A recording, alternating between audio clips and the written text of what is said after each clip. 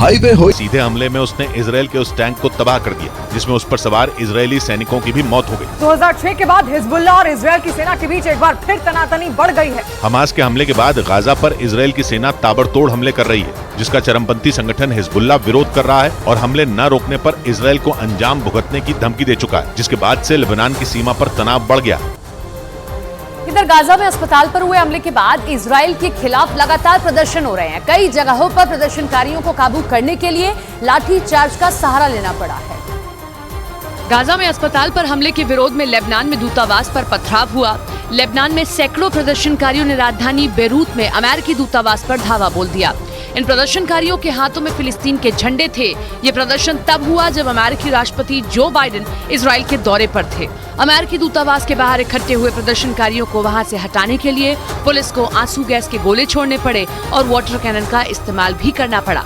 America ने Hezbollah की धमकी और लेबनान में हुए विरोध प्रदर्शन के बाद वहां रहने वाले अपने नागरिकों के लिए अलर्ट जारी कर दिया, क्योंकि गाजा के अस्पताल पर हुए हमले के बाद लेबनान की राजधानी बेरूत में अमेरिकी दूतावास को आग के हवाले कर दिया गया, जिसकी वजह से वहां काम करने वाले कर्मचारियों की जान पर बनाई, क्योंकि माना जा रहा है कि गाजा पट्टी के अस्पताल पर मिसाइल अटैक के बाद हिजबुल्लाह पूरी तरह बौखलाया हुआ है। इस हमले के बाद उसने अमेरिका और इजराइल को गंभीर नतीजे भुगतने की धमकी दी। न्यूज एजेंसी रॉयटर्स के मुताबिक हिजबुल्लाह ने हमले में मारे गए 500 से ज्यादा लोगों का बदला लेने का भी ऐलान कर दिया। और माना जा रहा है कि उसके इसी बयान के बाद लेबनान में अमेरिकी दूतावास को आग के हवाले कर दिया गया और इसी वजह से अमेरिका ने लेबनान में रहने वाले लोगों के लिए अलर्ट जारी किया। यहाँ तक कि उसने दूतावास में मौजूद गैर जरूरी कर्मचारियों को फौरन लेबनान छोड़ने का आदेश जारी कर दिया। और तो और हिजबुल्लाह की धमकी की वजह से अमेरिका ने अपने नागरिकों को लेबनान की यात्रा न करने की भी सलाह दी। हमास और हिजबुल्लाह ने इजराइल और अमेरिका के खिलाफ एक दूसरे से हाथ मिला लिया है।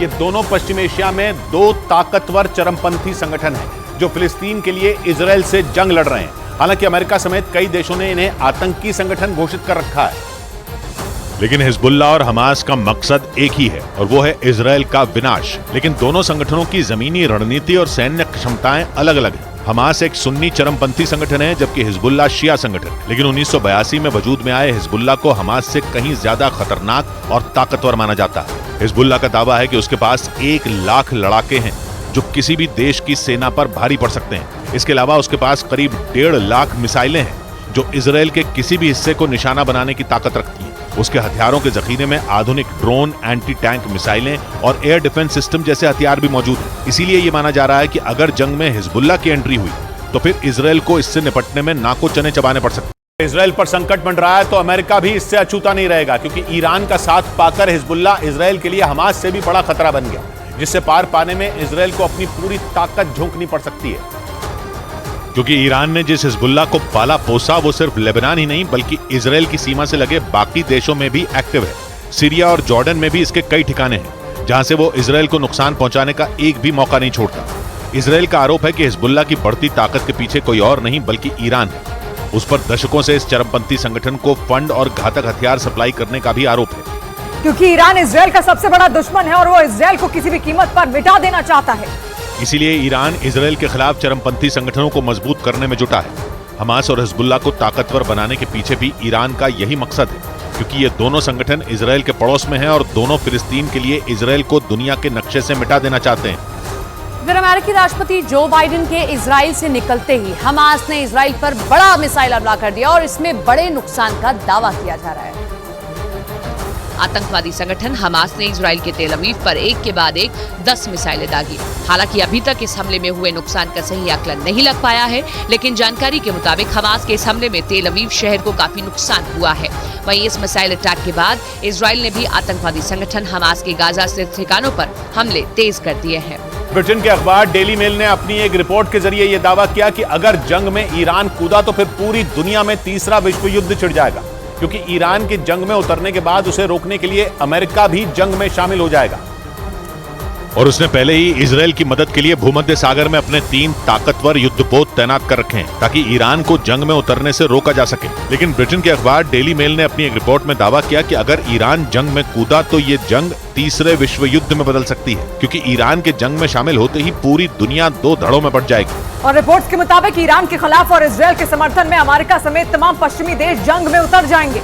जिन्हें टक्कर देने के लिए ईरान का साथ देने के लिए रूस और चीन भी जंग का बिगुल बजा देंगे। और तो और रिपोर्ट में यह भी दावा किया गया कि फिलिस्तीन के समर्थन में मुस्लिम और अरब देश भी इजराइल पर टूट पड़ेंगे। मतलब ईरान के युद्ध में उतरते ही पूरी दुनिया जंग के मैदान में बदल सकती है। ईरान बार बार ये संकेत दे रहा है कि अगर गाजा में इजराइल की बमबारी बंद नहीं हुई तो वो जंग में उतरने से पीछे नहीं रहेगा। और गाजा के अस्पताल पर हमले के बाद तो ईरान ने अपनी एक मस्जिद पर काला झंडा लगा दिया और गाजा में हुई 500 लोगों की मौत के खिलाफ अपना गुस्सा जाहिर किया और इजराइल की सेना पर गाजा में अत्याचार का आरोप लगाया। ऐसा पहली बार हुआ जब ईरान ने बिना मुहर्रम के अपनी इमाम रजा मस्जिद पर काला झंडा फहराया। इजराइल और हमास के बीच चल रही जंग में हजारों लोगों की मौत हो गई और एक रोज पहले गाजा के अस्पताल पर जो हमला हुआ उसमें करीब 500 लोगों की जान चली गई। इस हमले के लिए हमास ने इजराइल की सेना पर गंभीर आरोप लगाए, जबकि इजराइल की सेना ने उल्टे हमास पर ही अस्पताल में हमले करने का आरोप मढ़ दिया।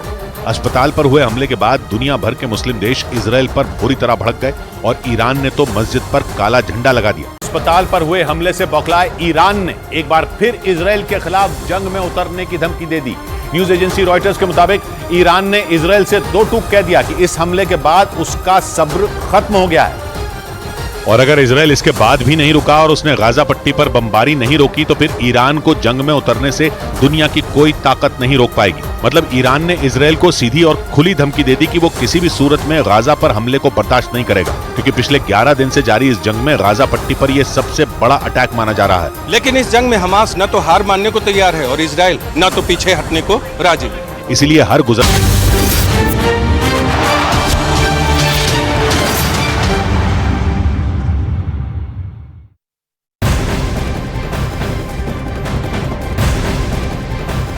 इस वक्त की बड़ी खबर आपको बता दें, इजराइल की सेना ने लेबनान की ओर से एंटी टैंक मिसाइल दागने का आरोप लगाया है। इजराइल ने दावा किया है कि लेबनान से इजराइल की ओर कई एंटी टैंक मिसाइलें दागी गई हैं। लेबनान से दागी गई एंटी टैंक मिसाइलें ये इजराइल की तरफ से कहा गया है। इजराइल की सेना ने यह बड़ा दावा किया है क्योंकि लेबनान में जो हिजबुल्लाह है उस पर हमले इजराइल की तरफ से किए गए थे, लेकिन जो अस्पताल में हमला होता है गाजा में और उसके बाद उसमें 500 लोगों की मौत होती है, अब लेबनान की तरफ से भी एंटी टैंक मिसाइल इजराइल की ओर दागी गई हैं।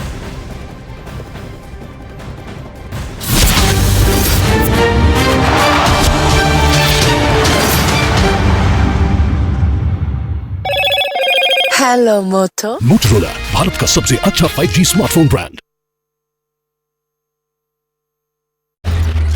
जंग भीषण और भयावह होती जा रही है। माना यह भी जा रहा है कि अगर इजराइल ने अपना सैन्य अभियान नहीं रोका तो ये जंग तीसरे विश्व युद्ध में बदल सकती है, क्योंकि गाजा के अस्पताल पर हुए हमले के बाद न सिर्फ ईरान बल्कि तमाम अरब और मुस्लिम देश बुरी तरह बौखलाए हुए हैं। न्यूज एजेंसी रॉयटर्स के मुताबिक हमास और हिजबुल्लाह को समर्थन देने वाला ईरान इजराइल के खिलाफ कभी भी जंग का बिगुल बजा सकता है, जिससे इजराइल ही नहीं बल्कि अमेरिका की भी मुसीबत बढ़ जाएगी।